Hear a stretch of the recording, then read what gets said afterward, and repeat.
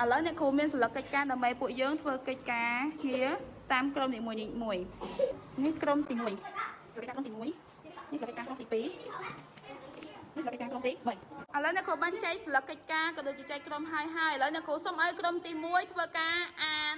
ប្រធានចំណោទតាចាប់ផ្ដើម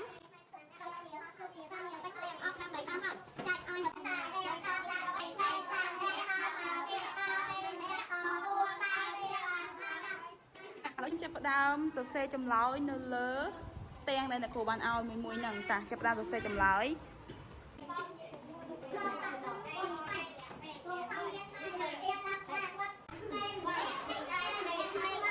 អញ្ចឹងប្រធានកិច្ចការសុជាតាមានបេក្ខទាំងអស់8ដើមហើយចែកឲ្យមិត្តភក្តិចំនួន4នាក់ស្មើគ្នាតាមអ្នកទទួលបានបេក្ខចំនួន5ដើមអញ្ចឹងចម្លើយម្នាក់ទទួលបានបេក្ខចំនួន2ដើមចាត្រឹមត្រូវអញ្ចឹងក្រុមទី2ម្ដង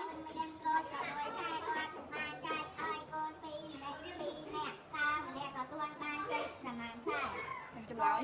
កូនម្នាក់ទទួលបានចេញម្នាក់3ខែចាឥឡូវមកដល់ចម្លើយក្រុមទី3ម្ដងសាអានប្រធានហើយអានចម្លើយគ្រូផង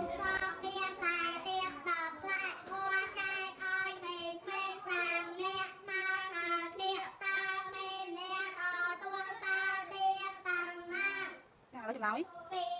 ចាអញ្ចឹងក្មេងៗម្នាក់ទទួលបានទៀតចំនួន2ផ្លែឥ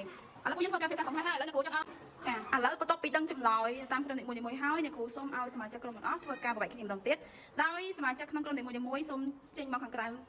មួយក្រុមម្នាក់ឥឡូវក្រុមទី3ចេញមកខាងក្រៅមួយក្រុមទី2ចេញមកខាងក្រៅមួយក្រុមទី1ចេញមកខាងក្រៅមួយចាទាំង3នាក់សូមទៅអង្គុយក្នុងជួរខាងមុខនោះចឹងតែផ្សេងទៀតក៏ដូចគ្នាដែរអញ្ចឹងក្រុមទី3ចាប់ដើមចេញម្នាក់ទៀតក្រុមទី3ចេញម្នាក់ក្រុមទី2ម្នាក់ហើយក្រុមទី1ម្នាក់តាទៅមួយចាំដល់ទៀតក្រុមទី3ម្នាក់ក្រុមទី2ម្នាក់ហើយក្រុមទី1ម្នាក់ក្រុមទី1ម្នាក់ក្រុមទី1ឥឡូវបន្តធ្វើអញ្ចឹងរហូតដល់មនុស្សចា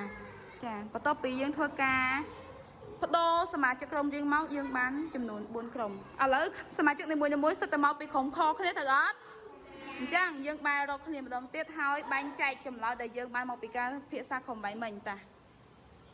បាទលោកគ្នាហើយបង្ហាញចម្លើយដែលយើងបាន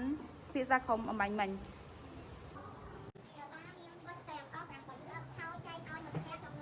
បានតែតាមសម្បត្តិនេះណាអូសំលៀកតែទៀតតែផ្លែគាត់ចៃឲ្យបែបនេះតាមអ្នកមកស្មៅស្មៅគ្នាតាមនេះអ្នកទទួលបានទៀតតាមណាខ្លះចម្លើយចានេះសំលៀក